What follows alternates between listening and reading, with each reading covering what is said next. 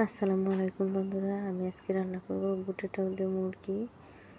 আমি সব কিছু ধুয়ে কেটে রাখছি, কাঁচামরিচ, পেঁয়াজ, এত মশলা দিয়ে দিছি। মশলাটা ভালোভাবে কষিয়ে নিতেছি।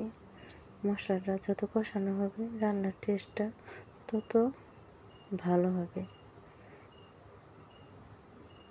এতে আমি মুরগির মাংসগুলো দিয়ে দিলাম।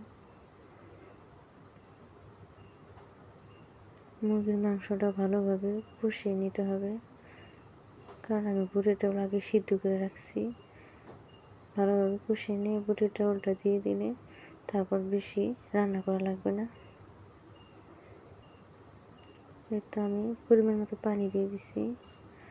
আমার রান্নাটা হয়ে গেলে আমি তারপরে নামিয়ে নেব।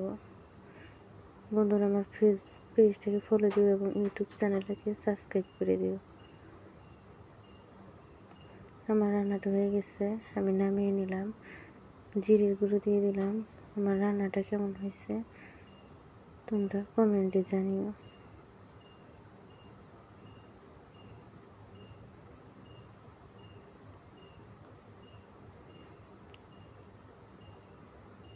ভালো থেকো বন্ধুরা, আল্লাহ হাফেজ।